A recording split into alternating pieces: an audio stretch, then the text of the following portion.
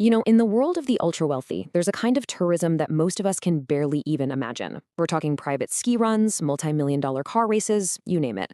But one of the most exclusive, and as we now know, one of the most dangerous trips on Earth was a journey to the very bottom of the ocean, to visit a legendary tomb. $250,000. That's what it cost for a single seat on a highly experimental submersible. And the destination? The world's most famous shipwreck, just sitting there at the bottom of the North Atlantic. For that price, you were promised a front row seat to history itself. Because, yeah, the ticket price was steep, for sure. But the ultimate price that was paid? Infinitely higher. And that question really hangs over this entire tragic story of the Titan's final voyage. So the company behind this whole venture was OceanGate. They were an American firm, and they specialized in taking wealthy tourists down 3,800 meters below the surface to see the wreck of the Titanic. Now, just to put that into perspective for you, a journey that deep is so incredibly challenging that even the director of the movie Titanic, James Cameron, who's a huge deep-sea enthusiast, he's only made that descent 33 times himself. So on June 18th, 2023, everything was set for another dive. 5 people boarded the small submersible, getting ready for what they thought would be the journey of a lifetime. Of course, they had no idea it would be their last. So who were these 5 people who embarked on that final dive? It was a mix, really. Some experienced explorers and some hopeful tourists, all of them putting their lives into the pilot's hands. Okay, so piloting the vessel was Stockton Rush. He was the CEO of OceanGate and really the submersible's biggest cheerleader. The passengers included Paul Henry Nargeolet, a 77-year-old French explorer who was so experienced they actually called him Mr. Titanic. Then you had Hamish Harding, a 58-year-old British billionaire and a pretty famous adventurer. And rounding out the group were Shahzada Dawood, a prominent Pakistani businessman, and his 19-year-old son Suleiman, who was reportedly terrified of the trip but went along for his dad. The dive began just as planned. Its doors were actually sealed from the outside. But just 1 hour and 45 minutes into the descent, poof, all communication was lost. Just silence. What followed was this massive search operation led by the U.S. Coast Guard. For 80 agonizing hours, the world was just holding its breath. And then, a remote-operated vehicle made this grim discovery on the ocean floor, a debris field just 500 meters from the bow of the Titanic. The discovery of that debris, well, it confirmed the worst. And as the truth started to come out, so did this really troubling history. You see, this wasn't just some freak accident. It was a disaster that experts had been warning about for years. As far back as 2018, a leading maritime expert named Rob McCollum emailed OceanGate's CEO, Stockton Rush, with a warning that was just crystal clear.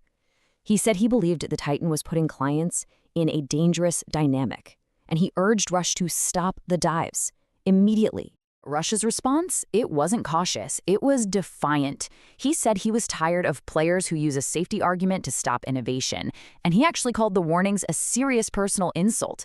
See, he believed he was pushing boundaries. His critics argued he was just plain ignoring them. And this mindset, you could see it in the sub's design. The Titan was not like any other deep-sea submersible. Its hull was this experimental mix of carbon fiber and titanium, a material that was largely unproven for handling the pressures of the deep sea. Most subs just use a single solid material like steel. And then there's the detail that just blew everyone's mind. The entire vessel was steered with a modified video game controller.